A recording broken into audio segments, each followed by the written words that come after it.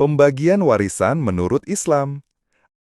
Assalamualaikum sahabat tulisan rindu yang Allah sangat rindukan. Siapa sangka, dosa bisa muncul bahkan setelah kita wafat. Salah satunya, warisan yang tidak dibagi sesuai syariat. Islam mengatur warisan secara rinci dalam Al-Quran. Ini bukan sekedar hukum keluarga, tapi bagian dari keadilan yang ditetapkan oleh Allah. Surah An-Nisa ayat 11, 12, dan 176 menjelaskan siapa yang berhak mendapatkan warisan dan berapa bagiannya. Warisan baru boleh dibagi setelah jenazah dimandikan, dikafani, dikuburkan, lalu seluruh hutang dilunasi, dan wasiat maksimal 1/3 harta ditunaikan. Baru setelah itu, ahli waris mendapat bagian. Bahkan Nabi Muhammad SAW bersabda, "Pelajarilah ilmu warisan dan ajarkanlah kepada orang lain, karena ia adalah separuh dari ilmu dan akan dilupakan."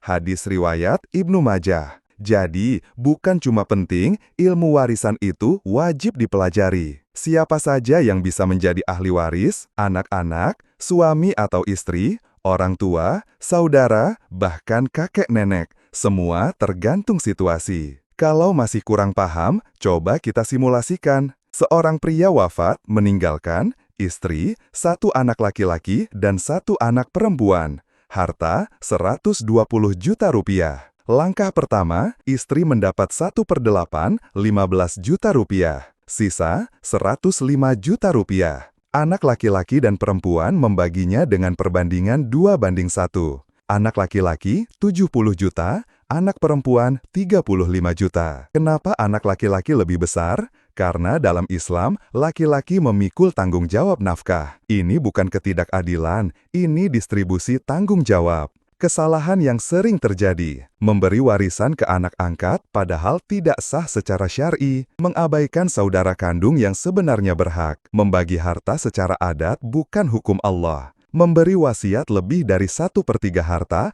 padahal itu batas maksimal. Lebih tragis lagi, ada yang membagi harta sebelum hutang pewaris dilunasi, padahal itu sama saja dengan memakan harta orang lain. Nah, ini sahabat ringkasannya, semoga mudah dipahami. Kalau bermanfaat, boleh bantu subscribe dan like-nya.